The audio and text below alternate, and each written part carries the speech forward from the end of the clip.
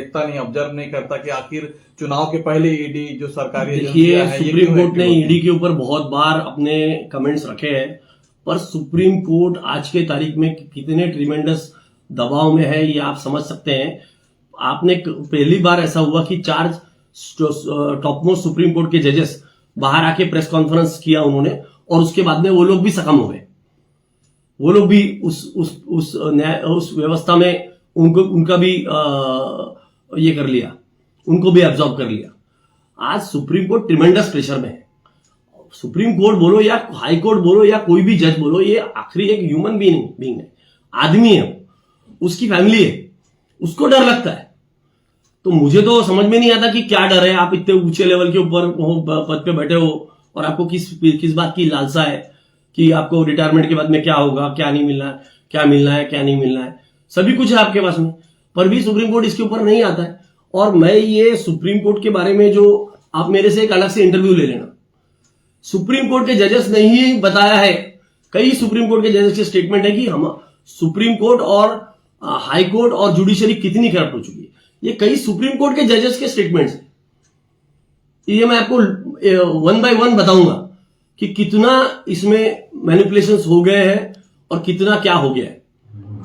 अभी supreme court के ऊपर तो बिल्कुल भी जनता का तो बिल्कुल भी विश्वास नहीं रह गया कोर्टों पे, जब से ये जो प्रेशर टैक्टिक्स आ गई है। और ये अलग अलग टाइप से ये जो बड़े बड़े इंडस्ट्रियलिस्ट अपने फेवर में जजमेंट्स लाने के लिए उल्टी सीधे हरकतें कर रहे हैं, तब से तो बिल्कुल भी लोगों के अंदर विश्वास नहीं रह गया। पूरा मटीरियलिस्टिक सोसाइटी बन गई है हमारी। आप ये एक फैक्ट मैं आपको बताना चाहता हूं ईडी के बारे में। ईडी ने 2014 से लेके अब तक 2025 के एंड तक 6444 केसेस फाइल की। कितनी? 6444 केसेस। और कन्विक्शन कितने में हुआ? कन्विक्शन हुआ 53 में, 53 केसेस में। और ईडी क्या करता है, ईडी इसको यानी बीजेपी क्या करती है, इसको एक वेपन करके यूज करती है। ईडी के केस में जनरली बेल जल्दी नहीं मिलती, तो आदमी को अगर आपने अरेस्ट कर लिया तो उसको जेल में सड़ाने का एक वेपन है। उसको सड़ाते जाओ क्योंकि बेल तो मिलने वाली नहीं है और चार्जशीट फाइल ही नहीं करने का। एक तरीके से एक हथियार करके वापर इस्तेमाल होता है ये ईडी के केसेस का। पीएमएलए कानून में बेल ये बहुत मुश्किल से मिलती है। तो 0.7% आपका कन्विक्शन रेट है। 2014 से लेकर 2025 की बात कर रहा हूं मैं, कोई कम समय नहीं हो गया, 11-12 साल हो गए। 11-12 साल में आपका कन्विक्शन रेट कितने कन्विक्शन लिए आपने? 53। क्या 11-12 साल में आपके यही नहीं हुए? आपके क्या ट्रायल्स नहीं हुए? 99% ट्रायल्स चालू ही नहीं हुए। एक ही काम है इनका, किसी को अपने विरोधियों को के ऊपर आरोप लगाना और उसके बाद में उनको अरेस्ट करना पीएमएलए के अंडर और उनको जेल में रखना। जेल में रखने से उस व्यक्ति का मनोबल टूट जाता है, पार्टी का मनोबल टूटता है, उसके कार्यकर्ताओं का मनोबल टूटता है। फिर ये उसको धीरे से कि भैया आ जाओ, नहीं तो चुप रहो। तो जिस तरह से ममता बनर्जी ने इस केस को उठाया है, तो आपको क्या लगता है कि आने वाले बनर्जी इज अ फाइटर, इसका असर पड़े, दूरगामी परिणाम होंगे? Mamata Banerjee is a fighter. मैं तो बोलता हूं कि ये सब कहां हो रहा है? ये सब उन्हीं स्टेट्स में हो रहा है जहां बीजेपी की सरकार नहीं है।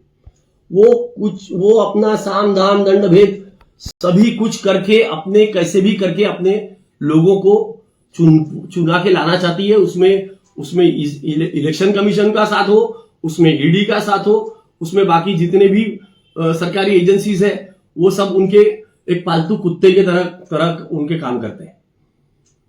कैसे सुधरेगी व्यवस्था? व्यवस्था के लिए लोगों को ही उतरना पड़ेगा। पैसे से मैनिपुलेट कर रहे हैं, पैसा लेके इनके खिलाफ या जो भी ये प्रलोभन देते, जो भी कुछ देते, वो लेके जो भी प्रलोभन देते, वो गलत आदमी को वोट मत दो। आप अभी नगर पालिका के चुनाव है, मैं अपील करना चाहता हूं नगर पालिका के चुनाव में, जो महानगर पालिका के चुनाव है उसमें अपील करना चाहता हूं जनता से। देखिए, पैसा है तो माहौल है, बहुत माहौल बनाएगी बीजेपी, बहुत पैसा भी बांटेगी, बहुत कुछ करेगी, पर आपको ये समझना पड़ेगा कि ऐसे लोगों को ताकत मत दो जो लोग आपको कल जाके आपके ही खिलाफ काम कर रहे हैं। आज देश में ये जो 80 करोड़ लोगों को आप 5 किलो अनाज के ऊपर मजबूर कर दिए हो ना, ये नतीजा है ये सब उल्टे सीधे काम करने का। अगर आपने एजुकेशन के ऊपर जोर डाला होता, अगर आपने लोगों की तरक्की के ऊपर, अगर आपने मैन्युफैक्चरिंग सेक्टर के ऊपर जोर डाला होता, तो ये नहीं होता। आपकी जितनी भी स्कीम्स है, अभी सभी स्कीम्स में स्कैम्स बाहर आ रहे हैं। सभी के सभी जितनी भी स्कीम्स है, इन्होंने जो बहुत स्कीम्स है ना, हर दूसरे महीने में मोदी जी कोई ना कोई मेक इन इंडिया लाते थे, तो कभी कुछ लाते थे, तो कभी कुछ लाते थे। सभी स्कीम्स इनकी स्कैम में बदल गई है। सभी स्कीम्स के माध्यम से इन्होंने स्कैम किए। आप बीजेपी के टॉप रैंकिंग जितने भी नेता है, उनकी आर्थिक पोजीशन देख लो, आज कहां के कहां चले गए वो लोग। उनके पास में इतना पैसा है, अमाप पैसा है, कितना भी पैसा बांटेंगे तो उनको कोई फर्क नहीं पड़ता, और वो सब इलेक्शन में यूज होता है। तो ये पब्लिक को सोचना पड़ेगा ना कि हम क्या कर रहे हैं। हम हमारे ही देश का, हमारे ही बच्चों का भविष्य खराब कर रहे हैं। आप एजुकेशन देख लीजिए कितना महंगा हो गया है। आप पब्लिक एजुकेशन देख लीजिए, हमारे यहाँ पे कॉर्पोरेशन की स्कूल्स देख लीजिए, क्या उसकी क्वालिटी है। आप भेज सकते हैं क्या कॉर्पोरेशन की स्कूल में? आप टैक्स तो ले रहे हो फॉरेन के लेवल की, आप टैक्स ले रहे हो वेस्टर्न कंट्रीज के बारे में, आप फाइन्स लगा रहे हो वेस्टर्न कंट्रीज के लेवल के, हाँ टैक्स ले रहे हो उनके लेवल के, और फैसिलिटी क्या दे रहे हो? घंटा। यानी यहां जो लोग जो देश छोड़ छोड़ के जा रहे हैं, ये इसी वजह से जा रहे हैं। कई लोग देश छोड़ के जा रहे हैं, ये इसी का नतीजा है।